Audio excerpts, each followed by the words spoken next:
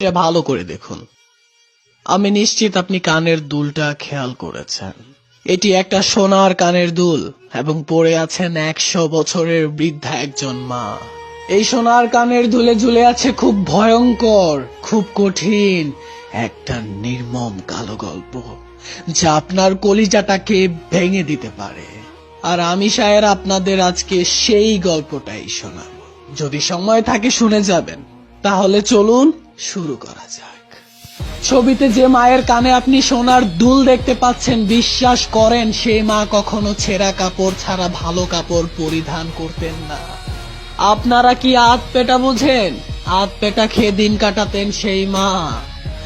আধ পেটা খাওয়া, ছেঁড়া কাপড় পরিধান করা, না খেয়েও বলা যে আমি খেয়েছি, আমার পেট ভরা।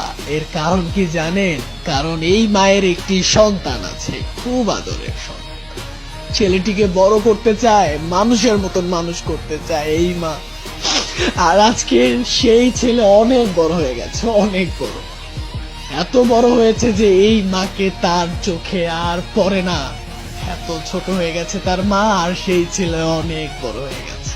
মা অনেক খুশি। সেই ছেলে এখন মস্ত বড় চাকরি করে, দেশে বিদেশে ঘুরে বেড়ায়। আর মা একটা ছোট্ট রুমে এতিমের মতন বন্দী হয়ে থাকে। অনেক বড় হয়ে গেছে ছেলে, মা অনেক খুশি। মা এখনো সেই ছেলের জন্য দোয়া করে, ছেলে আমার আরো বড় হোক, মস্ত বড়। প্রাণ ভরে দোয়া করে সেই ছেলের জন্য।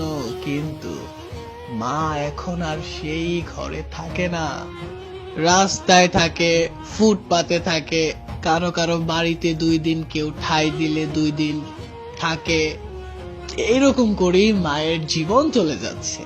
মা তো বেশ আনন্দেই আছে, খুব ভালো আছে। আরে মা রাস্তায় থাকে, রাস্তায়, রাজপ্রাসাদে না। আরে যে মায়ের পায়ের নিচে জান্নাত, সেই মা এখন দুয়ারে দুয়ারে মানুষের পায়ে পায়ে বাড়ি খায়, আর ছেলে রঙিন দুনিয়ায় বউ নিয়ে রাঙামাটি ঘুরতে যায়। বাহ বাহ রে বাহ, সেলুন বস।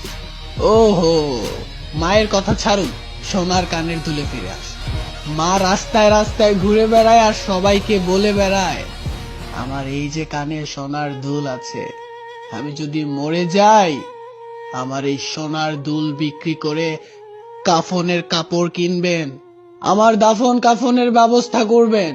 তার জন্যই আমি এই সোনার কানের দুল এই শেষ বয়সে পরে ঘুরে বেড়াই।